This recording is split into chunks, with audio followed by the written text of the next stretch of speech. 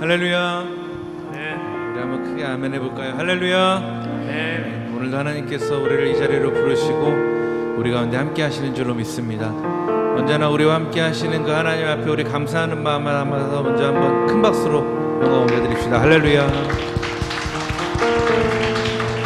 우리 옆에 계신 분들, 가까이 계신 분들과 한번 인사할 때에 하나님의 나라가 반드시 임할 것입니다. 한번 믿음으로 선포하며 인사합시다. 하나님의 나라가 반드시 임할 것입니다. 할렐루야. 아멘. 그 믿음을 가진 자들이 오늘 이 자리에 모인 줄로 믿습니다. 우리 함께 기도할 때에 하나님, 오늘 이 예배 가운데 우리가 다시 한번 믿음으로 선포하는 것은 하나님의 나라가 이 땅 가운데 반드시 이루어진다라는 것, 우리가 그 일 가운데 또 함께 동참하기 원한다라는 것, 우리 예배를 통해 다시 한번 그 믿음을 고백하게 하시고 하나님의 영이 우리를 사로잡아 주시는 그런 귀한 시간 되게 하옵소서. 우리 그 믿음을 주께 고백하며 우리 한번 주여 크게 부르고 합심으로 통성으로 잠시 기도하겠습니다. 주여, 하나님 감사합니다. 우리 가운데 역사하신 하나님을 바라보고 의지합니다. 하나님의 나라가 이 땅에 임할 것을 믿음으로 신뢰하고 기다렸던 그 사람들의 모습을 우리가 다시 한번 기억하며 이 땅 가운데 임하신 하나님의 나라를 우리가 온전히 이루어 나아갈 수 있는 복된 삶들이 되게 하옵소서. 하나님, 우리가 믿음으로 선포하며 고백하는 것 위에 하나님의 영광이, 하나님의 은혜가 임하게 하시고 온전히 주님만 바라보는 것들이 우리 삶 가운데 귀한 열매가 되어 하나님께 우리가 주님의 나라가 이 땅 가운데 이루어지는 것에 우리가 온전히 동참하게 하옵소서. 하나님, 그 일들을 행하여 주시고 그 일들을 이루어 주시고 그 믿음 안에 거하는 자들에게 하나님의 영광을 보여주옵소서. 하나님, 그 일들을 온전히 시작하시고 새해를 우리 가운데 나타내실 것들을 기대하며 오늘도 주 앞에 나아갑니다. 인도하시고 역사하여 주시옵소서.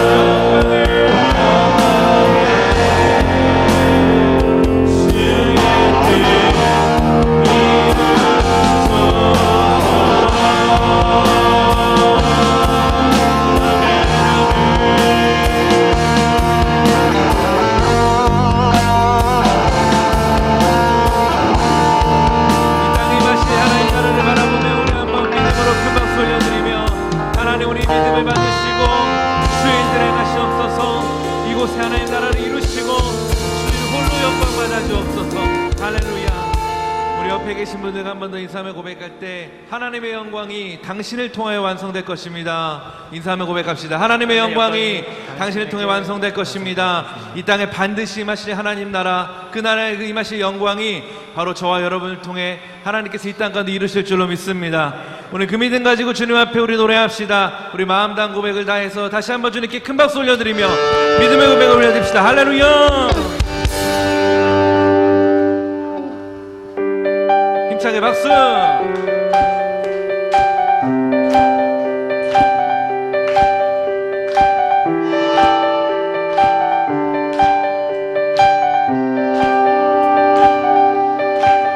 하늘에 계신 아버지 이름 거룩하며 주의 영광 이곳에 가득하길 기도하네.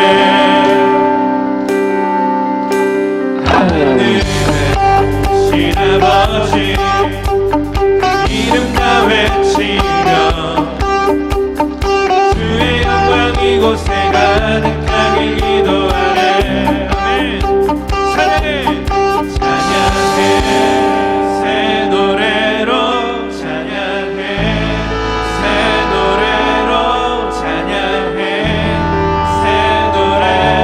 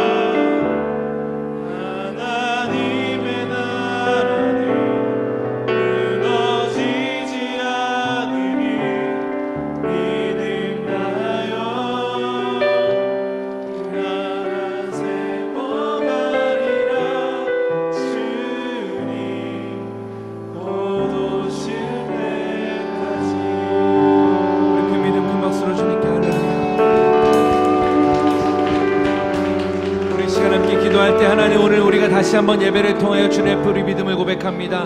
특별히 하나님의 나라가 이 땅 가운데 완성될 것을 믿는 그 믿음 가지고 우리 삶을 살게 하소서. 우리 예배를 통해 그 믿음이 우리 가운데 다시 한번 확증되어지는 복된 시간 되게 하소서. 그 믿음으로 주여 세 번 부르고 합심으로 기도하며 나아갑시다. 주여 주여 주여 할렐루야.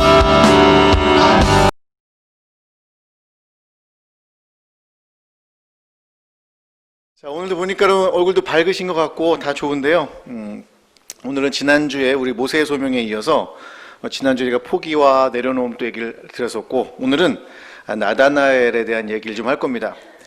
제가 소명에 대한 설교들을 준비하고 자료를 찾다 보니까 한 가지 좀 이상한 게 있었어요. 그게 뭐였냐면, 소명이 무엇이고, 소명을 받을 때 우리는, 그러니까 소명을 받는 것이 어떤 것이고, 뭐 그런 부르심에 대한 얘기는 되게 많은데, 그 소명이, 그 부르심이 우리에게 왔을 때 우리는 어떻게 반응해야 되는가에 대한 이야기는 자세하게 기록된 게 없어요. 주로 그냥 순종할지어다, 할렐루야, 이런 것밖에 없는 거예요. 그래서 우리가 진짜 해야 될 건 뭐냐면, 과연 우리에게 부르심이 있을 때 그 부르심에 어떻게 반응해야 되는지, 그 이야기가 매우 중요한 것 같아요. 부르심이 있으면 할렐루야 하나님 이렇게 하든지, 두 손을 들든지 어떻게 하라고 하는 얘기가 있어야 되는데 아무도 그 얘기는 써주고 있지 않더라고요. 오늘 여러분 이 성경을 보면 빌립이 자신이 만난 예수님을 자기의 동료였던 나다나엘이라는 사람한테 소개하고 이제 그 나다나엘을 예수님의 부르심의 자리로 데려가는 거예요. 초대하는 거죠. 저는 이 장면을 보면서 어떤 걸 느꼈냐면, 어쩌면 하나님이 직접 부르시는, 지난주에 우리가 봤던 모세처럼 모세야 네 거룩한 신발을 벗어라 막 이러면서 이렇게 거룩하게 말씀하실 수도 있지만, 또 한편으로는 어떤 사람들을 통해서, 또한 동역자들을 통해서 한 사람을 초대하시고 그 사람으로 하여금 그 사명의 자리, 소명의 자리로 부르는 1차적인 부르심이 있지 않을까라고 하는 걸 오늘 본문을 보면서 한번 생각을 해봤어요. 그러면서 본문에 등장하는 나다나엘이라는 사람이 어떻게 반응했는지를 여러분하고 함께 보려고 합니다. 나다나엘이라는 뜻은요, 나단이라면 누군지 혹시 기억나십니까? 누구죠? 맞아요. 다윗에게 직언을 했던 예언자가 나단이라는 뜻인 사람입니다.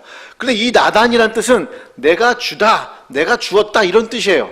우리가 저번에도 느디님이라는 얘기를 했지만 나탄, 내가 주다, 그런 뜻입니다. 근데 엘은 하나님이니까 누가 주셨다는 거예요? 하나님이 주셨다, 그런 뜻입니다. 놀랍게도 이 나다나엘의 이야기가 바로 오늘 우리가 어떻게 반응해야 되는지를, 모세와 같이 강력하게 하나님에 의한 직접적인 부르심도 알아야 하지만 오늘 나다나엘처럼 공동체에 의한 초청, 그리고 1차적 부르심에 대한 상황을 맞이할 때 우리는 어떻게 반응할지, 그 이야기를 좀 여러분과 함께 나누려고 합니다. 여러분, 나다나엘을 보면요, 나다나엘은 성경에 총 6번이 나와요. 6번이 나오는데 오직 요한복음에만 나오고 다른 곳을 아무리 봐도 나다나엘이라는 이름이 등장하지 않습니다. 그럼 이 사람은 누굴까요? 이 사람은 어떤 사람일까요? 라고 하는 질문을 여러분이 던져야 되는데, 여러분이 성경을 읽다가 나다나엘 나오면 덮는다, 연다? 연다, 할렐루야. 역시 우리 3교구 대표리에더 우리 정효경 자매님이었습니다. 실명 얘기하면 안 되는데 죄송합니다. 죄송해요. 제가 지금 주책이스러워서. 여하간 이게 이 사람이 어떤 그룹에 속해 있는지 사람을 좀 보면 이 나다나엘이 누군지를 좀 알 수 있을 것 같아요. 1장에 보면, 지금 우리가 봤던 1장을 보면 어떤 얘기가 나오냐면, 침례 요한이 나오고 침례 요한의 두 제자였던 베드로와 안드레, 이 형제가 예수님을 만납니다. 그러면서 내가 메시아를 만났다 그러면서 사방팔방 돌아다니면서 메시아에 대한 전달을 합니다. 그리고 나서 빌립이라는 사람이, 와, 이 사람이 드디어 우리가 기다렸던 그분이야 하면서 이렇게 하는 장면이고, 그때 예수님이 그 친구들을, 그 제자들을 부르시고 초청하는 문맥이에요. 그러면 나다나엘의 이야기는 어떻게 이해를 해야 될까요?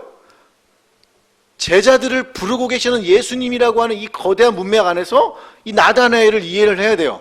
그러면 나다나엘은 대략 제자 그룹에 속할까요? 아니면 안 속할까요? 여러분, 요한복음 21장 2절을 보니까 이렇게 나와 있어요. 요한복음 21장 2절 같이 한번 읽어봅니다. 시작. 시몬 베드로와 디두모라 하는 도마와 갈릴리 가나 사람 나다나엘과 세베대의 아들들과, 여기까지만 읽을게요. 지금 베드로는 알겠고 도마도 대충 알겠는데 나다나엘이 등장을 합니다. 누구와 함께 등장을 해요?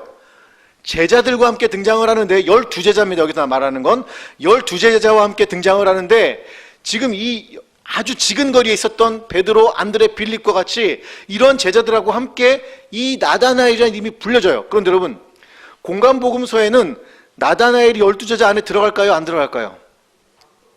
안 들어가요. 그럼 나다나엘은 12제자일까요? 아닐까요? 제자예요? 아니에요. 할렐루야. 장보명제 고마워요. 네, 그래. 할렐루야. 이렇게 좀 반응을 해주세요. 이렇게 좀 반응을 해주세요. 네. 이 나다나엘이라는 사람은요, 여러분이 공간복음서 보면 바돌로메라고 하는 사람이 나와요. 누가 나온다고요?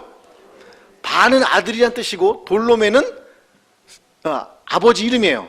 그 아버지였던 돌로메의 아들 이런 뜻입니다. 만약에 제가 바상진 그럼 뭐예요? 하나님의 아들이 아니고 상진이의 아들이에요. 상진이가 누구예요? 모르는 사람은 어쩔 수 없어요. 이게 바라는 뜻이 바돌로메. 바돌로메와 이 나다나엘은 동일 인물로 봐요. 그러니까 여러분이 성경을 읽을 때 이 나다나엘을 이상한 사람으로 보지 마시고 나다나엘은 12제자 그룹에 있었던 누구라고요? 바돌로메라는 사람이에요. 벌써 여러분의 뭐가 높아지고 있어요? 레벨루가 높아지고 있어요. 우리 효경자매는 역시 네, 죄송합니다. 네, 짜고 치는 거 아니에요. 네, 바돌로메와 나다나엘은 같은 사람입니다. 제자들의 부활 장면, 예수님의 부활 장면에서도 나다나엘은 예수님의 제자들과 함께 있었고 예수님과 계속하여 함께 움직였던 사람입니다. 근데 1장에 보니까 침례 요한은 고백을 해요. 뭐라고 고백하냐면 여기 가시는 이분은 하나님의 어린 양이다 이렇게 고백을 해요. 베드로와 안드레는 뭐라고 고백해요? 메시아다 이렇게 고백해요. 빌립은 뭐라고 얘기하냐면 율법과 모세의 율법과 선지자가 기록한 그분이 바로 이 사람이다 이렇게 얘기를 하면서 뭐라고 표현하냐면 이렇게 표현합니다. 요셉의 아들 나사렛 예수라 이렇게 표현을 해요.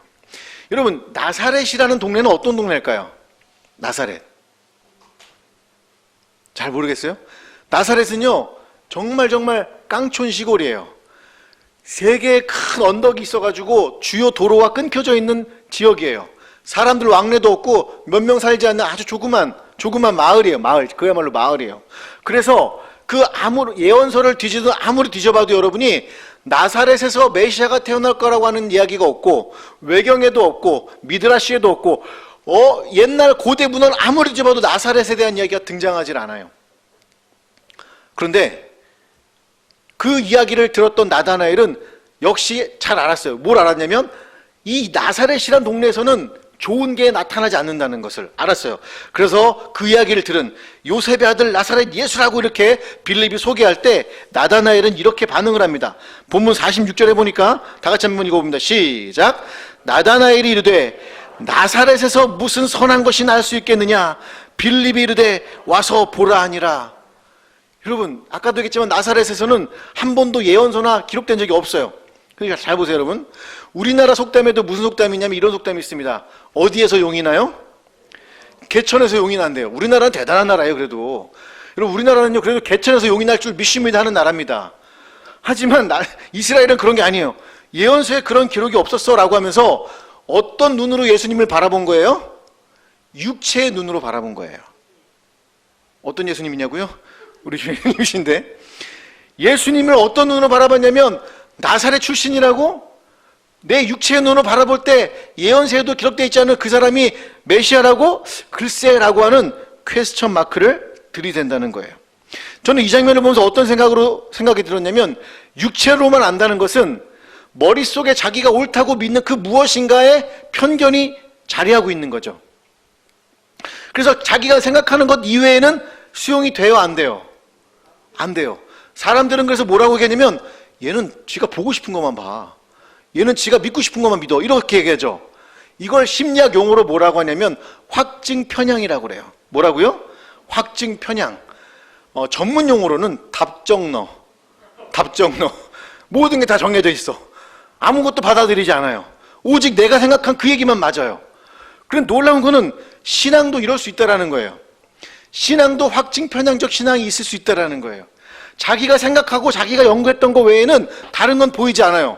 그러니까 수용이 돼요? 수용이 안 돼요? 안 되는 거예요.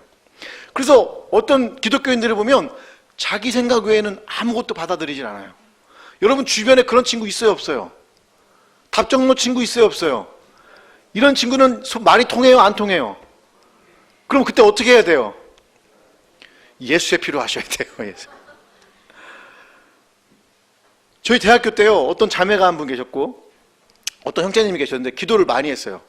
기도를 많이 하면 좋은 거예요, 안 좋은 거예요? 좋은 거잖아요. 좋은 건데 어느 날 한 자매님이, 한 형제님이 같이 동기인데 가서 얘기를 하는 거예요. 형제님, 주님께서 제게 말씀하셨습니다. 무슨 말을요? 저하고 결혼하래요. 눈이 반짝반짝 하는 거예요. 이 형제님이 무서웠을까요, 안 무서웠을까요? 그 둘은 결혼했을까요, 안 했을까요? 안 했어요. 여러분, 이런 형제도 있다니까요. 후배한테 와가지고 우리 복돌이 형님들께서 오셔가지고, 자매님, 제가 기도하다 보니까 자매님과 제가 결혼해야 될 하나님의 약속이 있는 것 같습니다. 결혼합시다. 이런 분들이 있어요. 우리는 어떤 삶을 살아갈 때, 신앙생활을 할 때 확증 편향된 내 머릿속에 있는 그것만이 모든 것이라고 믿어요. 여러분, 여러분의 운명은 결정된 게 아니에요. 여러분의 운명은 열려 있어요. 여러분이 뭘 잡고 선택하느냐에 따라서 하나님의 인도하심을 어디선지 볼 수가 있어요. 근데 다 두려운 거예요. 요거 떨어지면 어떡하지? 요거 안 되면 어떡하지? 그런데 여러분, 그러지 마세요. 이게 뭐냐면 따라합니다. 확신의 죄. 목사님, 확신이 무슨 죄예요? 뭐 말같지도 않은 얘기. 때로는 확신이 죄가 될 수가 있어요. 제가 그걸 설명을 드릴게요. 피터 엔젤라고 하는 박사님이 확신의 죄라고 하는 책에서 이렇게 썼어요. 확신에 목매는 것은 그것이 두려움에 근거하고 하나님을 우리 마음속 형상으로 한정시키기 때문에 죄이다. 하나님은 상자 안에 갇혀있기를 원하지 않으신다. 당연한 말이지만 하나님은 그럴 뿐이 아니다. 그 사실을 우리는 너무 쉽게 잊는 것 같다. 우리가 기꺼이 귀를 기울이려 한다면 하나님은 필요한 모든 방법을 동원하여 우리를 일깨워 주시는 좋은 분이다. 이렇게 표현했어요. 아니 목사님, 그러면 우리 확신, 믿음이 없으면 돼요? 근데 여러분, 믿음은 확신이 아니에요. 믿음은 신뢰예요. 믿음은 신뢰예요. 이게 무슨 얘기냐면, 여러분, 다니엘의 세 친구가 풀무불에 들어갈 때 확신을 했을까요? 신뢰를 했을까요? 이해가 되세요? 그들은 이렇게 얘기를 합니다. 불에 들어갈 때 그분께서 우리를 구해 주실 것이지만 어떻게 한다고요? 따라합니다. 그리 아니하실지라도. 뭐 하실지라도요? 그리 아니하실지라도. 주님, 그리 아니하실지라도 저는 주님을 배신하지 않겠습니다. 그게 신앙인 거예요. 확증 편향된 확신은 우리를 병들게 만들지만 하나님에 대한 신뢰는 우리의 모든 미래를 향한 가능성, 하나님의 부르심에 대한 가능성을 향하여 열릴 수 있다는 것을 기억하시기를 주님의 이름으로 축복을 드립니다. 오늘 이 나다나엘은요, 자기는 나사렛에서는 그런 일이 일어나지 않을 거야. 나사렛에 선한 것이 나긴 뭐가 나? 개천에서 용이 어떻게 나? 라고 하는 자기만의 확신, 그곳에 딱 갇혀 있었어요. 그 편견에만 갇혀 있었어요. 여러분, 이 세상에서 가장 나쁜 개는 무슨 개예요? 편견이래요. 견은 무슨 견이에요? 여러분이 말씀하셨으니까 그거는. 어떻게든 신앙은 자기의 확신만을 가지고 우겨대는 것이 아니라 하나님을 신뢰하는 믿음으로 모든 가능성을 열어놓고 상대방의 의견을 경청하는 거예요. 여러분, 빌립이 세상을 만드신 주님을 발견했어요. 세상에서 가장 위대하신 그분을 발견했어요.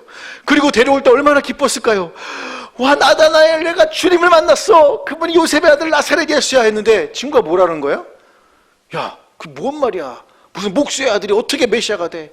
어떻게 나사렛에서 좋은 게 날 수 있어? 라고 하는 그의 확증 편향된 신앙이야말로 부르심을 막는 가장 어려운 일이라는 거예요. 여러분, 예수님의 부르심에 대해서 확증 편향적으로 응답을 해선 된다, 안 된다? 안 돼요. 예수님이 부르실 때는 잠시, 지난주에도 되겠지만 나를 내려놓는 거예요. 내가 잘하는 것도 내가 못하는 것도 내려놓고 이 부르심이 주님에게서 온 것인지를 그 초청한 사람들에게 통해서 같이 기도하고 공동체를 통해서 기도함으로써 내 머릿속에 있는 편견으로 그 부르심에 답하는 것이 아니라 하나님의 부르심에 진짜로 찐으로 응답을 하셔야 돼요. 그때 여러분이 그 부르심 안에서 다시 한번 회복되고 그리스도의 훌륭한 성령의 충만한 그런 사람이 될 줄로 믿습니다. 아멘. 그리스도를 육체로 알았더니 나다나엘이 이제 예수님을 만나러 갑니다.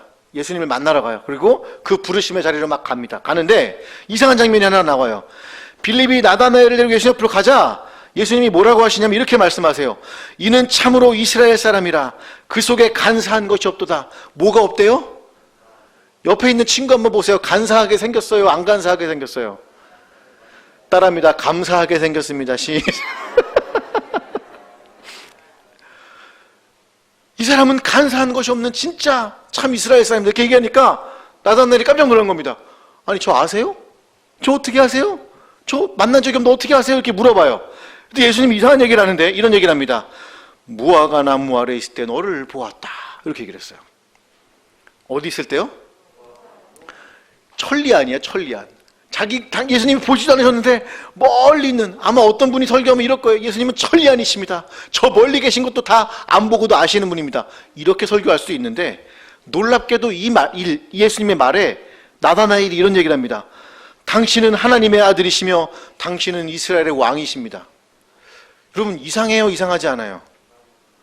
아니 내가 너를 무화과, 이게 한번 생각해보세요. 여러분이 우성아파트 사거리 버스 정거장에 있다고 생각을 해보시고 교회 딱 왔는데 제가 딱 여러분을 딱 보자마자 내가 너를 우성아파트 사거리에 있을 때 보았느니라 딱 이러면 여러분 뭐라고 하실 거예요? 미쳤나? 그럴 거 아니에요. 그런데 지금 뭐라고 하냐면 나다나엘이 갑자기 이런 고백을 합니다. 주님은 하나님의 아들이시며 이스라엘의 왕이십니다. 고백을 하는 거예요. 여러분 이런 거 이상하게 생각한 적이 없어요? 성경을 많이 읽으실 줄로 믿으십니다. 너무 이상한 거예요. 말도 안 되는 거예요. 아니 무화과나무에 있는 아래 있다는 걸 얘기했다고 해서 그분이 하나님의 아들이심을, 그분이 이스라엘의 왕이심을 어떻게 알아? 이해가 되지 않을 수 있어요. 여러분 이 무화과나무 아래라고 하는 이 표현이 뭔지를 여러분이 잘 아셔야 이 본문이 원래 말해주고 싶었던 하나님의 이야기를 들을 수가 있어요. 열왕기상 4장 25절에 보니까 이런 얘기가 나옵니다. 한번 읽어볼까요? 시작. 솔로몬이 사는 동안에 유다와 이스라엘이 단에서부터 브엘사일바에까지 이르기까지 각기 포도나무 아래와 무화과나무 아래에서 평안히 살았더라. 누구 시대요? 솔로몬 시대예요. 솔로몬의 이름의 뜻은 뭐예요?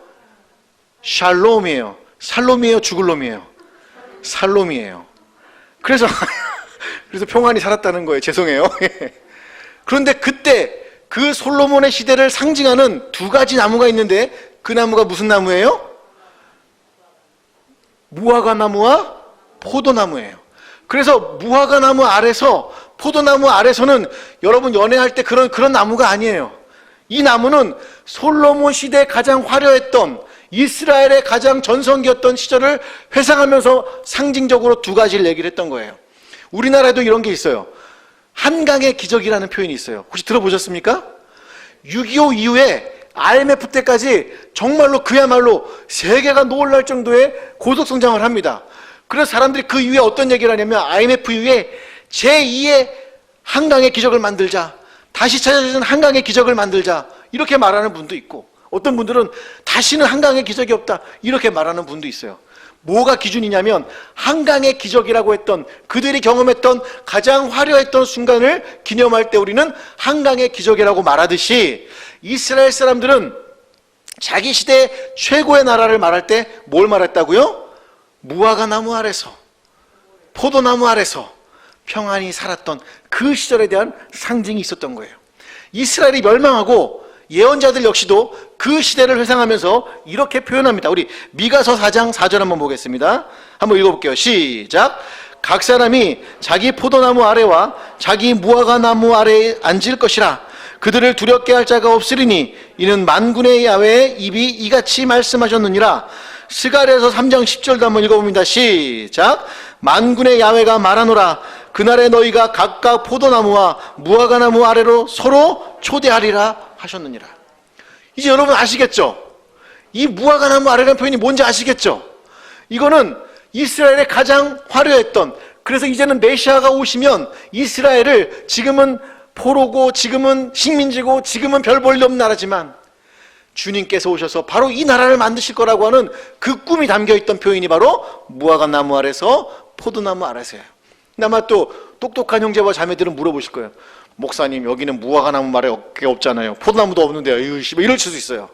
근데 여러분 2장을 시작하자마자 무슨 얘기가 나오죠? 2장을?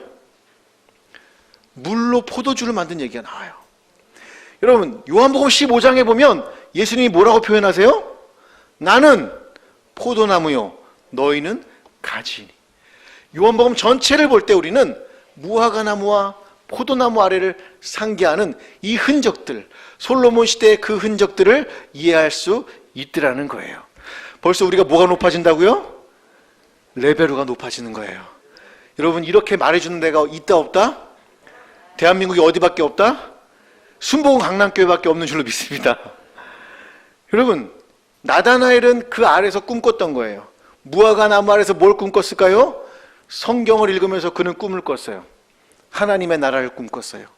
다시 주님이 오신 그 나라가 되면 내가 이 무화과 나무 아래에서 이렇게 서 있는 것을 통해서 그가 상징적으로 보여줬던 거예요.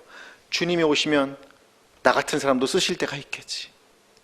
주님이 언젠가 오시면 나 같은 이런 별 볼 일 없는 사람도 주님이 언젠가 부르실 때가 있겠지 라면서 기대하고 있었던 거예요. 여러분, 예수님이 돌아가실 때 그 매장지를 마련했던 아리마대 요셉이라는 사람에 대해서 성경은 뭐라고 표현하고 있냐면 하나님의 나라를 기다리는 자, 이렇게 표현하고 있어요. 뭘 기다리는 자라고요? 하나님의 나라를 기다리는 자, 이렇게 표현하고 있다는 거예요. 저는 여러분에게 묻고 싶어요. 순복음 강남교회를 다니고 대학 청년부를 다니는 여러분은 지금 무엇을 기다리는 분입니까? 여러분은 무엇을 기다리고 계세요? 진짜 하나님의 나라를 기다려 보신 적이 있으세요? 정말로 하나님의 나라를 위해서 여러분, 내가 부르시면 언제라도 달려가겠습니다라고 준비하고 계세요? 아니면 세상에서 부르면 언제라도 달려가겠습니다라고 말하고 계세요? 여러분, 저는 이 코로나 시대를 맞이해서 정말 답답한 게 많아요.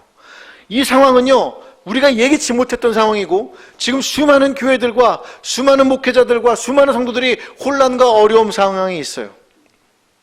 근데 우리는 이때 무엇을 해야 될까요? 무화과나무 아래서 뭐라고요? 뭘 기대하는 거예요? 하나님의 나라를 기대하면서 샬롬 하는 거예요. 그리고 꿈꾸는 거예요. 주님, 저 별 볼 일 없는 사람이지만 주님 부르시면 제가 갈게요. 언젠가 제가 이 무화과 나무 아래 있는 거를 알아맞히시는 그분이 있다면 그게 주님일 것 같아요. 주님, 제가 가지고 있는 꿈을 하나님의 꿈으로 변환할게요. 하나님의 꿈을 향해서 내 꿈을 드리도록 할게요. 부르심에 대한 꿈의 응답, 이 꿈에 대한 응답, 여러분 가슴속에 불타오르시기를 주님의 이름으로 축복을 드립니다. 2021년 우리는 부흥을 합니까 안 합니까? 부흥하게 될 줄로 믿습니다. 여러분을 통하여서 하나님의 나라가 확장될 줄로 믿습니다. 여러분을 통해서 2021년이 새로운 샬롬의 시대가 될 줄로 믿습니다. 우리 순복음 강남교회를 통해서 수많은 영혼이, 이제 우리는 유람선이 아니에요. 이제 우리는 여기서 즐기고 놀고 그러는 것이 아니라 우리는 구조선이 되어야 될 줄로 믿습니다. 사람들을 구해내는 구조선으로 만들기 위해서 헌신해 주시기를 축복드립니다. 여러분이 하나님의 나라에 동참한다면 여러분을 통해서 하나님께서 영광을 받으실 줄로 믿습니다. 나다나엘은 이렇게 편견을 통해서 편견을 버리고 하나님의 나라를 소망했던 그에게 예수 그리스도의 부르심이 있었습니다. 나다나엘은 고백합니다. 랍비여, 당신은 하나님의 아들이시며 당신은 이스라엘의 임금입니다.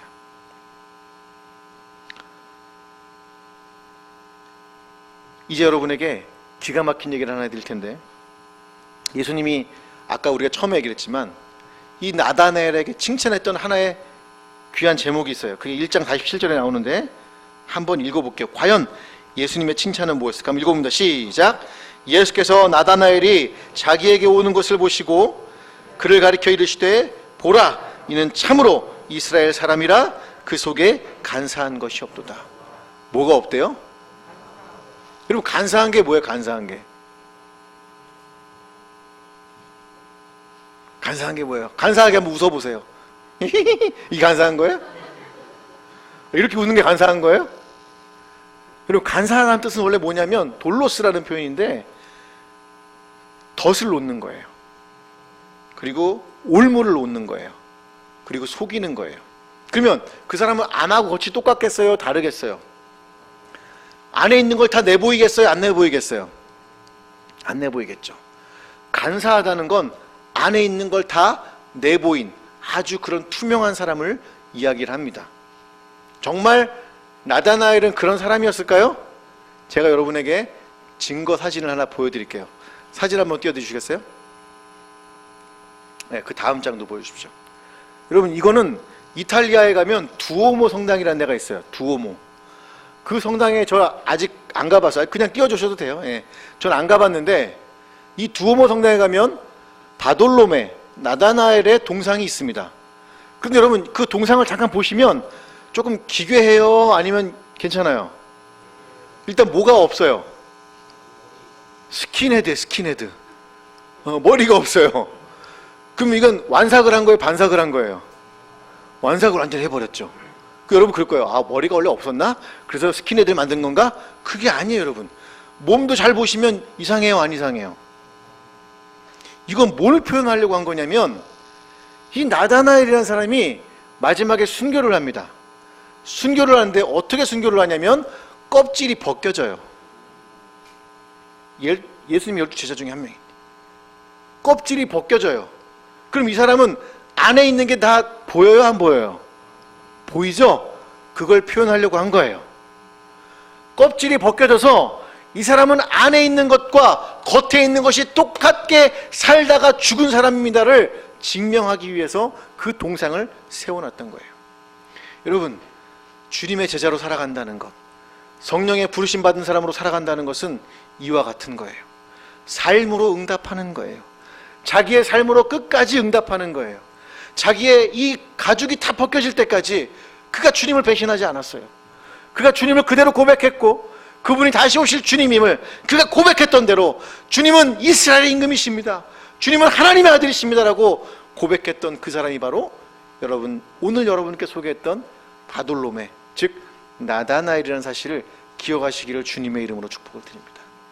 이제 우리가 어떤 존재로 살아가야 될지, 우리가 그 부르심에 어떻게 응답을 해야 될지 제가 여러분께 세 가지 말씀을 다 드렸어요.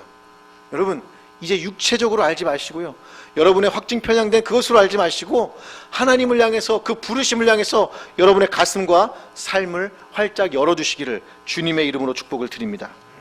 또한 그 부르심에 대해서 그 신뢰로 답했을 뿐만 아니라 예수님의 부르심에 대해서 삶으로, 여러분 삶으로 응답하시기를 주님의 이름으로 축복을 드립니다. 여러분이 그 예수 그리스도를 향한 정말 삶이 있어야 돼요. 그 삶이 없는 부르심이라는 건 아까 얘기했던 간사한 소명일 수 있어요.